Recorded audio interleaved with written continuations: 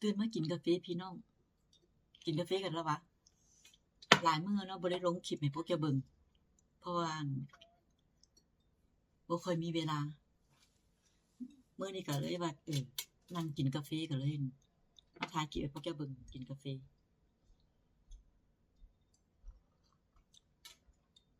จักหน่อยก็สิออกไปตลาดนิดหนึ่งไปซื้อของกินก่อน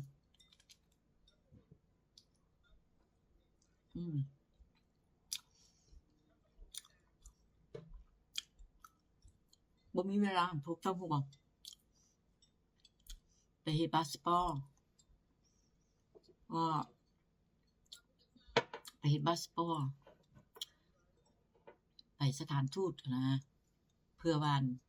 จะไปเมืองจีนไปหาหลาน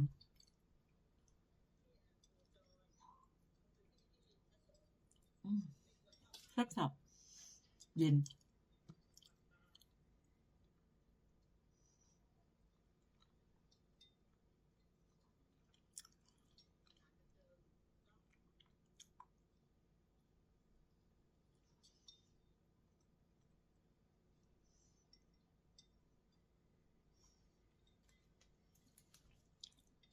ขนมเขาเอิ้นอีหยังขนมบักโป้งอะนะแอปเปิ้ลน่ะขนมแอปเปิ้ลน่ะเขาเอิ้นอยู่นี่เขาเอิ้นตักตัวโป้งข้อยจะไปฮอลิเดย์ว่าจะไปเที่ยวประเทศจีนนะข้อยก็เป็นห่วงอีหยังอะเป็นห่วงผักข้อยบ่อยากแต่ข้อยก็บ่ได้ปลูกหยังดอกข้อยปลูกแต่หอมหอมบัวละพากับผักบัวกับอิหยังซื่อแต่ก็เป็นห่วงมันนะเพราะว่าบอกลูกอยู่ว่าให้รดน้ำให้แหน่จักเขาสิมีเวลาไปรดน้ำให้เฮาบ่แต่ก็บ่เป็นหยังดอกเนาะสิพาพวกเจ้าออกไปเบิ่งผักก่อนข้อยบ่ได้ปลูกหยังบักแตงบักเติงยังบ่ปลูกซื้อกินเอาอันนี้ปลูกแบบค่าเวลาเฮากินมี่กินเฟอละเขาบ่ทันได้ไปตลาดอะนะเฮาได้ไปเด็ดมากินอะนะ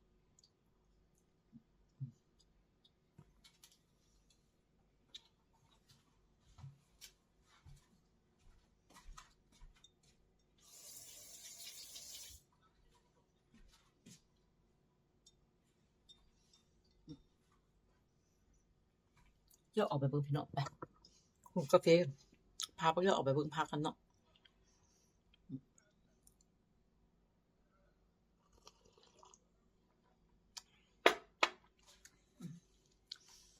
สิเปิดให้พวกเจ้าเบิ่งเด้อ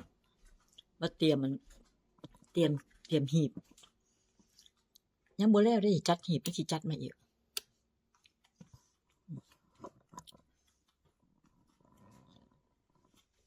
จัดกระเป๋าเอาไป3อัน1 2 3เครื่องอะนะเสื้อผ้าหลายว่าไปเที่ยวแต่ละเทื่อว่าสิบ่ซื้อ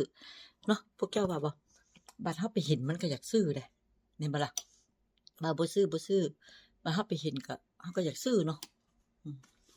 ข้อยพาพวกเจ้าออกไปเบิ่งผักพวกข้อยเด้ออากาศดีๆเดะตอนเช้านี่พวกเจ้า8โมงเช้าอยู่เมืองฝรั่ง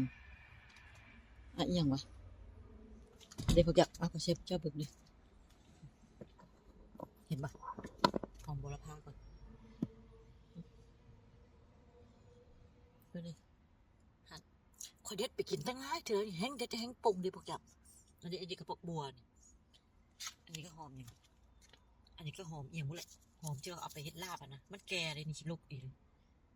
เขาบ่ได้ปลูกเนาะมีแต่เท่านี้แหละ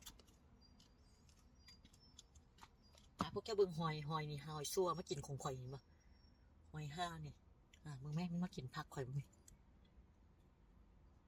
พวกผักข่อยตายเบิดบ่ขึ้นงามนี่มันกินอันเด้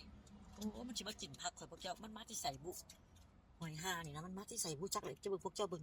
ข่อยก็บ่อยากฆ่าเลยนี่โยนทิ้ง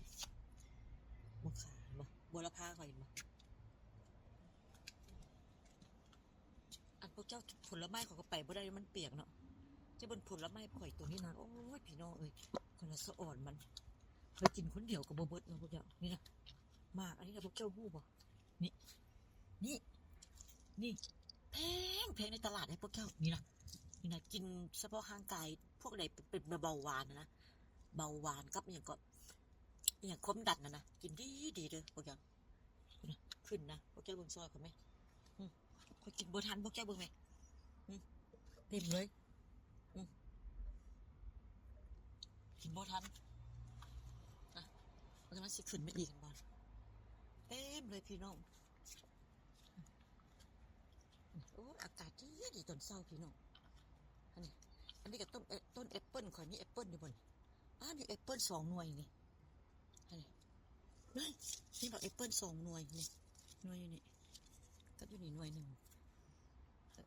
อันนี้ก็ต้นอันนี้เห็นไหมมันขึ้นมาหลายโพดกว่าเลยผัวตัดทิมนิดนึงอันนี้ก็มาอย่างก็องุ่นบ่มาองุ่นนะก็สิพาพวกเจ้าเบิ่ง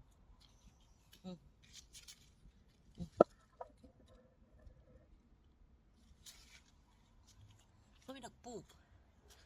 กไขมันนั่นงามไปซื้อเรื่องกินบ่กินหรอกบ่ค่อยได้เด็ดมากินหรอก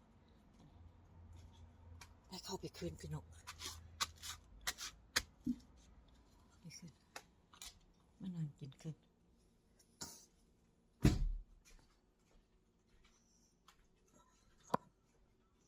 โอ๊ยเป็นอย่างเป็นแบบนี้เนาะ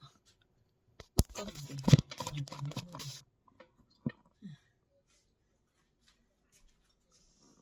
่พี่น้อง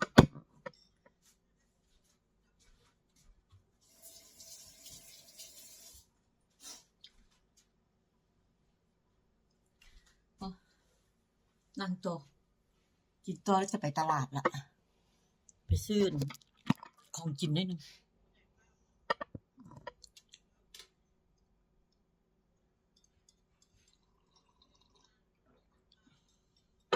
ประเทศนอกอะนะฮ้อนเดี๋ยวนี้แต่บ้านข่อยมีแอร์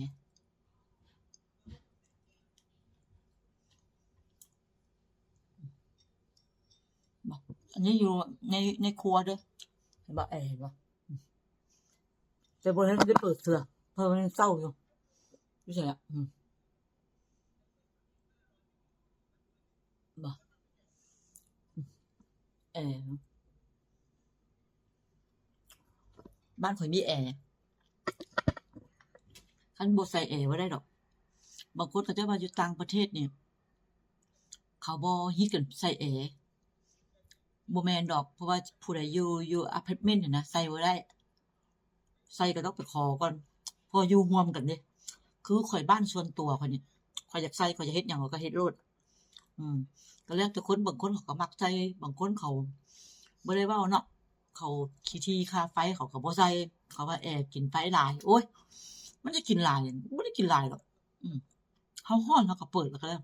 เพราะว่าจะเปิดพัดลมกับแอร์นี่บ่คือกันเด้แอร์นี่มันเย็นดีพัดลมจะยิ่งเปิดยิ่งร้อนพัดลม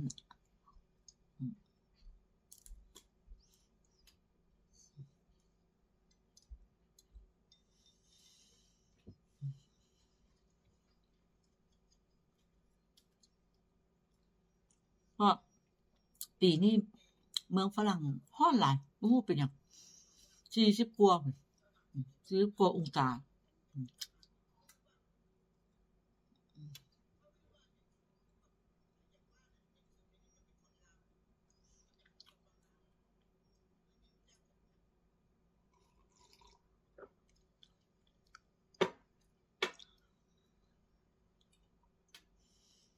พี่น้อง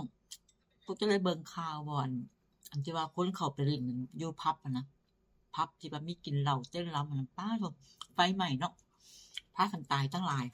สงสารเขาเจ้าเนาะอีโตนไผได้สิไปนึกไปฝันเนาะว่าไปนั่งม่วนนั่งตื่นไปนั่งกินเหล้ากินหยังเนาะไผสิมาให้ตายเนาะบ่ชีวิตคนเฮามันบ่แน่เด้พี่น้องเฮาฮู้แต่มื้อเกิดมื้อตายเนี่ยเฮาบ่ฮู้แม่นบ่เพราะฉะนั้นแหละ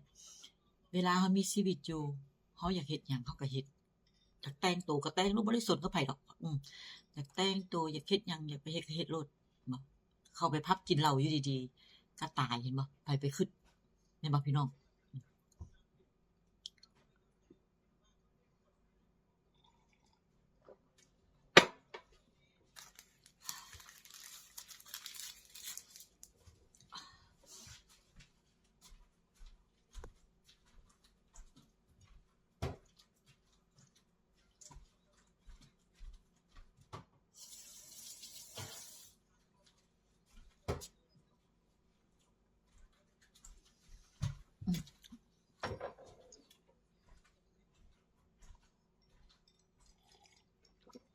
มื้อนี้พัดอากาศดีอยู่เมืองฝรั่งอะเมืองนอกน่ะตอนเช้าเด้มันอากาศดีตอนเช้าซื่อมีลมมีหยังอยู่แต่ตอนแลงมานี่โอ๊ย